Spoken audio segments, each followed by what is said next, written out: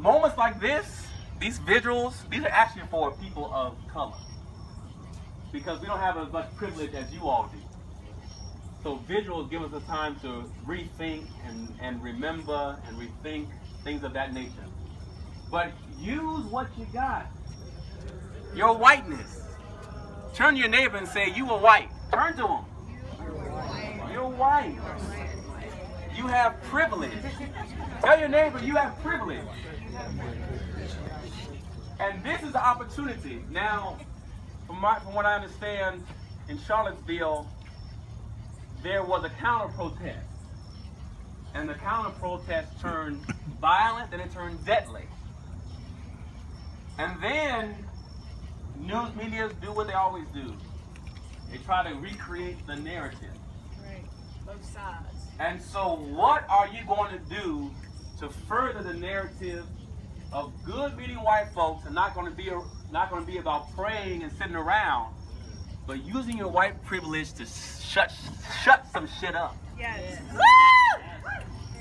This is an awesome time. Now I'm hearing there's a sounds game over there somewhere. Yes. I'm hearing all types of stuff around me. As a matter of fact, I'm not sure why we're here at this war memorial. If anything, we should shoot every one of these pillars down. If anything, it doesn't mean anything about valor or resolve. It's all should say colonism, colonialism, colonialism, colonialism, colonialism, colonialism, colonialism, colonialism.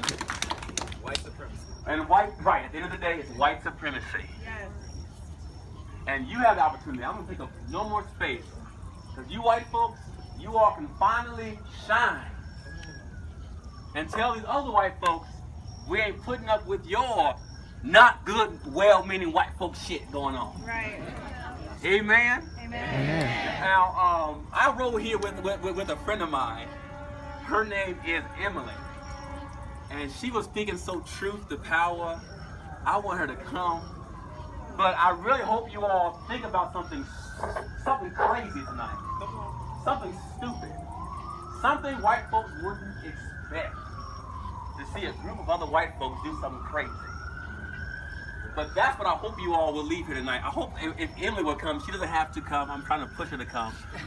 But think about something crazy tonight. How can you put your body on the line tonight? Right. I'm not saying give the full measure of devotion. I'm not saying that. How can you put yourself in that uneasy place where now you become the target and become the criminal? That's even possible for a white person. Right. But try to step into that space. It's my good friend Emily from Indiana. And you know Indiana is full of shit, so.